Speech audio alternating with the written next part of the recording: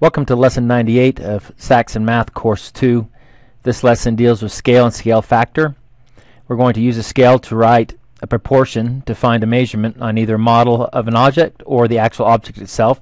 We're going to determine the scale factor in a proportion, and we're going to use a scale factor to solve a proportion.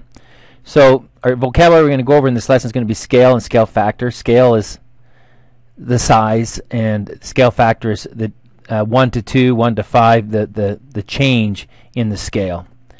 So the scale of a model is stated as a ratio. For instance, if you ever put together a model airplane or a car before, it's very common that they're 1/24th the size of an actual airplane, meaning that you'd have to take that model airplane and blow it up 24 times to get the size of an actual airplane. So we can use this given scale to write a proportion to find a measurement on either the model or the object, whichever we're looking for. And a ratio box helps us to do this, and I really like using the ratio boxes. So there's a couple of ways you can do it. The first way we'll not use the ratio box. The second way I believe we do. So you've got a model airplane, and it's built with the scale of 1 to 24. If the wingspan of the model is in inches, so we know that for on the model, every 1 inch is equal to 24 inches on an actual plane. So if the wingspan of the model is 18 inches, the wingspan of the actual airplane is how many feet? So if we know that the model is 24 times smaller, then we can take that 24 and we can times it by the 18 inches to know how big the wingspan would be. So we can multiply those two together, and then if we divide it by inches, then we'll get our answer in feet, which is what we're after. Okay, so, and that's just doing it in our head the way we'd normally logically think something through. So in this case here, like it says, the airplane's 24 times the dimension of the model. So if the wingspan is 24 times 18 inches, we can note that the model, if we times those two together and divide by 12, we get 36. So we can know that the wingspan of the real airplane would be 34 or 36 feet. Now let's look at this using a proportion box, which is the way I prefer to do it. I mean, you can do this. I mean, you're smart. You guys know how to do it that way too. But when you get to harder, more difficult equations, you can't. This won't work. You'll need the ratio box. Okay, so using a ratio box, we set it up just like we set up so many things using our ratio boxes, percentages and parts of the whole and those kinds of things. In this case here, the thing we got to remember is we're going to have our model on top and we're going to have the actual object on the bottom. So our model is 24 times smaller than our object. So in this case here, we know that the model has 18-inch wingspan, so we can cross multiply and know that that's 432. And then we got that's inches. That's inches, and we have nothing to divide by, right?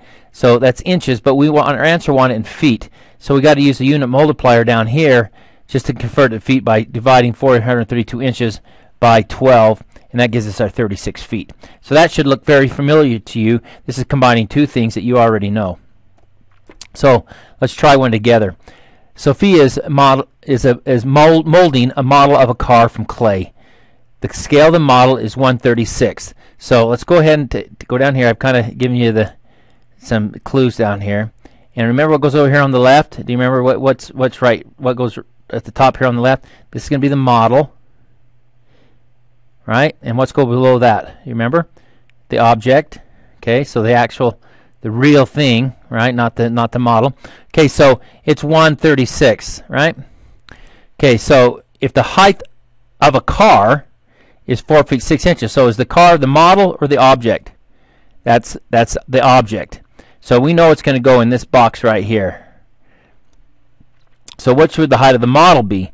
So we're going to take our 4 feet 6 inches, and the first thing we're going to do is we're going to convert that all into inches to make it easier to calculate, because it'd be the same measure. So 4 times 12 is 48, plus the 6 is 54. So we can know that the object is 54 inches.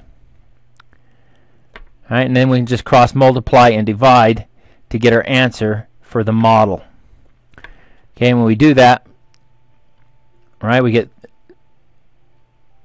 right here 54 divided by 36. There's our cross multiply, right? Our 54 divided by 36, and that's going to 36 goes into 54 one time, and that's going to have 18 left over, so you're going to have 1 in 1836, which is going to reduce to 1 and 1/2. So we know that our model is going to be 1.5 inches. All right, let's try another one. Okay, in this one here, in this example here, it's just saying that, you know, if you don't have that weird, 4 feet 6 inches, and it's kind of easy to see, and we've done this a lot of times in class where you go, well, this is how I did it, Mr. Thompson. Well, yeah, you did. So if you look at this, what do you automatically see that the scale factor is? Going from 3 to 18 and 4 to 6. You know automatically, immediately, you know that scale factor is 6, right? Because 3 times 6 is 18 and 4 times 6 is 24. So if I had if my box looked like this, then I could find that pretty easy, right? I could know that that's 4 times 6 is 24, so that would equal 18. And you can see that. So look at this here and tell me really fast, what's the answer? You should know it right now. What is it? What is it? What's the n? What does n equal? Well, n equals, what does it equal? 35, right? 7 times 5, because 3 times 5 is 15. Right? And we can do it that way. That way works beautiful when we have nice compliant numbers like these. So we can kind of do the same thing when we're taking two triangles that are similar, and we want to calculate how one gets bigger, one gets smaller. The thing you've got to remember is you've got to use the same sides, right? You can't mix them up. So in this case here, we're going to take the hypothesis side of this triangle, and we're going to use it. And so we've got this 20 is the same as this 25. So the way you write that is that you take the 20, you go 20f for factor. So 20 factor equals 25. So 20 times what factor equals 25. So 20 times what gets us to this. That's really what we're asking. And when you do that, you're just going to take, and because you got to isolate your f, you're going to divide both sides by 20. And when you do that, you can see that it's 1.25. Or 5 over 4. And you could do the same thing using this one right here, because you know both of these numbers also. So you could go 12 factor equals 15. Divide by 12, divide by 12, and you end up with your same 1.25, because the factor is the same. It'd be the same with 16f equals 20. It would work the same way. Okay. So here's a couple of rectangular prisms. And the smaller one of the two is 2 centimeters by 3 centimeters by 4 centimeters. The larger one is 6 by 9 by 12. So before we get started, we would obviously draw them. We've already provided this for you, so you don't have to try to draw it. So let's look at A. A says, what is this? A says, what is the scale factor from the smaller to the larger rectangle prism? Okay, so a couple ways you can do this. The way I want you to do it is I want you to do it the way we just barely did on the previous screen. So go ahead and take an edge that you know right here, and we're going to go 2 factor, or 2f, equals 6. Then we're going to isolate the f, so we've got to divide by 2, so f equals 3. And if you look at that, that works on all of them, right? So from 3 to 9, what times 3 equals 9? 3. And what times 4 equals 12? 3. So we know that the factor is 3. So we know that this is 3 times bigger than this one here, using that formula. Now you don't have to, if you can say, well, I didn't need to do the 2f equals 6 because I can just see it. Well, you can with these two particular rectangular prisms, but when it's 6.5 and it's 1.75, you can't see that so quickly. So I want you, please use this formula always so that you can get in the habit of, and you'll know how to do it. So B says the area of any face of the larger prism is how many times the area of the corresponding face of the smaller prism. So now we're talking about area. A, we're just talking about scale factor. Now we're talking about area. And area is always what? What do we do whenever we want to specify, when our answer is area, what do we always make it? We always make it squared, don't we? We always make it squared.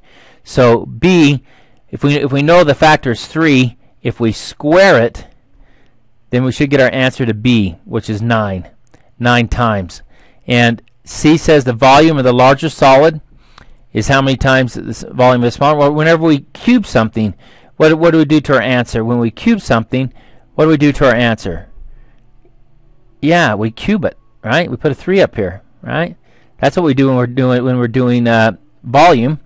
When we're doing volume, we always cube it. We always cube volume.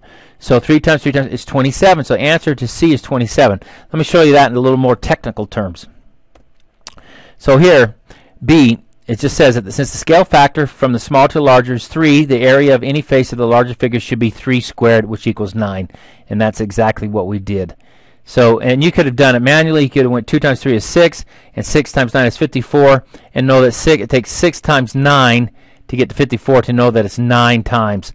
You could have done that too. That's kind of the long way. You could do the same thing when you cube it. You do the exact same thing. You go ahead and figure the volume of the big one, the volume of the small one, and this is a little bit hard to see. I mean, do you know that 24 times 27 is 648? No, you don't know that, but you do know that 3 times 3 times 3 is 27. So that's a lot easier than doing it this way here. So you got to stop and put on your thinking cap and go, what's changing? Area. What is area? Oh, area is always squared, so you could square your factor. And then volume's always cubed, so you could cube your factor and get the answers. All right, let's try. Let's have you do these on your own. Please pause the video and work these out, and then I will give you the answers. Okay, in A, the blueprints were drawn to a scale of 1 to 24. If a length of a wall on the blueprint was 6 inches, what was the length in feet of the wall and house? So hopefully you did 1, 24 like that, and then you put over here, you did 6, and then you cross multiplied, and you came up with 12 feet. Okay, this one here, they did it the way we did the first one. They just took and they knew the inches, and it was 6 times 24, and then divided by the 12. This way here, you'd have to do it, and then once you do that, use a unit multiplier to get to the 12 feet. Oh, I'm sorry, the length of the wall was, so the 6 was up here, I'm sorry, because the blueprint, it was on the blueprint. So the blueprint in this case here is the model, not the actual house. All right, so 24 times 6, and then you got to divide by the 12, I'm sorry. All right, so E. These triangles, 2 rectangles are similar. Calculate the scale factor from the smaller rectangle to the larger rectangle. All right, this one you can probably see it pretty quick, but not really. What times 4 equals 10? Can you figure that out really quick in your mind? I don't think you did. Hopefully you did. You did 4. You did like a 4 factor equals 10. It says calculate the factor from the smaller rectangle to the larger. So that's what we want to do. 4 factor equals 10. Divide by 4. Divide by 4. And we'll get our answer. 4 goes into 10. Should be 2.5 times the factor. And it is. All right, that's it. It's kind of a new concept, a little bit tricky. You're going to have to slow down and figure out which proportion box am I using. And I know that's a little bit tough at times, but you will get it down, believe me. You're excellent students. Here are your TIDs. You need to do problem 12, 21, 30. Send them to me tonight electronically. Write down your answers or questions that you have to ask me that you don't understand about the video. We'll go over those tomorrow, and we'll work on the lesson in class together. Thank you.